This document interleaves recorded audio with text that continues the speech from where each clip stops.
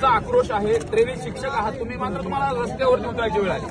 आम्ही वेळेच्या म्हणजे शासनाने ज्या नियमामध्ये आम्हाला ट्रेनिंग शिक्षक म्हणून केलं होतं त्याच्यामध्ये नियमामध्ये बसून आम्ही 6 महिन्याचा कालावधी आता 28 तारखेला पूर्ण करतोय। पण हे करत असताना शासनाने आम्हाला सुरुवातीला सांगितलं होतं की 4 पॉईंटनुसार 5 पॉईंटनुसार आम्ही आजपर्यंत गरज असेल तर तुमचा विचार करू, आणि आता सध्या गरज आहे बीड जिल्ह्यामध्ये, त्याची खूप आवश्यकता आहे। शासनाने सांगितलं शिफारस पत्र घ्या, आम्ही शिफारस पत्र घेतलं, ते घ्यायला सुद्धा कोणी तयार नाही।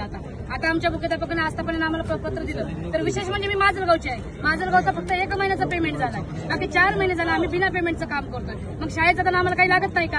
आम्ही एक महिला आहोत, आमच्या काही गरजा आहेत, आमच्या मासिक गरजा असतात, कोणत्याही गरजा असतात महिलाच्या, मग तो पैसा आम्ही आणायचा कुठून? आम्ही पूर्वीही बेरोजगार होतो ना, आता परतही आम्हाला बेरोजगारच करायचे।